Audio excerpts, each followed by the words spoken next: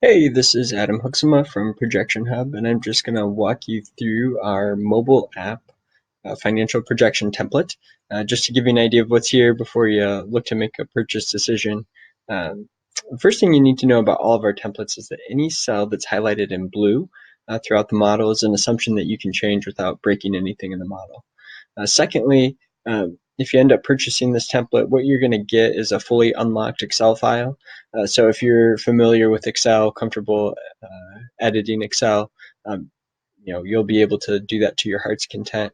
But I think this will be a good base model for you if you have a fairly standard mobile app. This should work for you as is, or maybe with just some slight modifications. So let me just kind of walk you through it. The first thing we have here is our input assumptions tab, where you can enter start date and starting cash balance, things like that. You can add investors here. You can add accounts receivable terms if that's relevant for the way you bill your customers. You can add inventory, probably not relevant for a mobile app, but if you are selling specific inventory, that is available here as well. You can add fixed assets. So in this case, it's probably software build out. Different phases of the software build out could be added as fixed assets over time. And then you have the ability to add loans, up to 4 different loans. So you can add in the loan terms, loan amount, repayment terms, and whatnot. Jumping into the input revenue tab. So you'll start with user acquisition modeling. And so in this example, we're expecting that you'll have some advertising budget that will drive some paid visits to your site, to your app rather, and then you'll also have organic visitors as well. That will give you a total number of app visitors per month. And then some percentage of those visitors are going to end up downloading the app. And from there, you'll get a number of new users. And then some percentage of those new users are going to cancel or leave the app each month.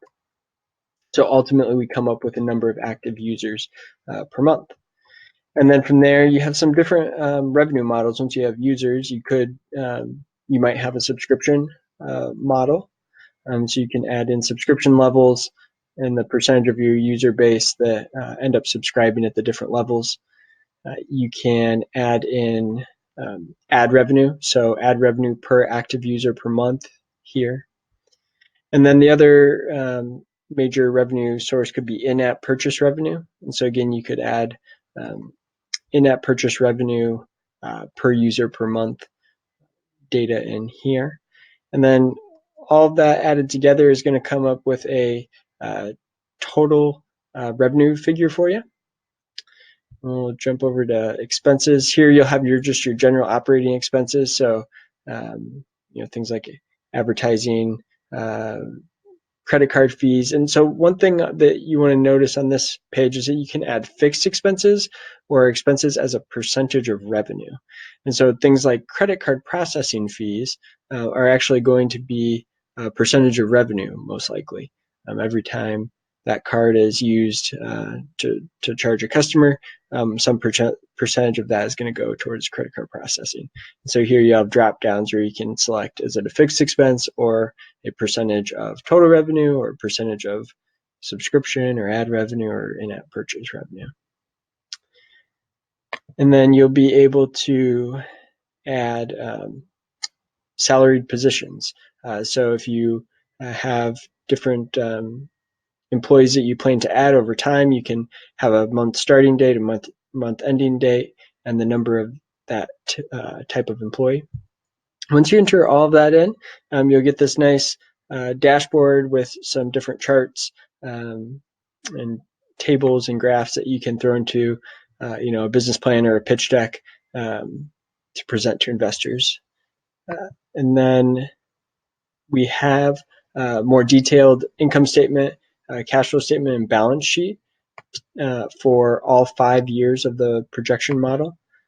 So you'll have that by year. And then if you even need more detail, we have that by month. So income statement, cash flow, and balance sheet by month. And that will satisfy, if you're applying for an SBA loan, a lot of times they'll require startups to have 18 months of monthly financial projections. And so this model would satisfy that requirement. So that's the model. If you have any questions at all, please don't hesitate to reach out. Support@projectionhub.com, and we'd be happy to answer any questions you have. Thanks.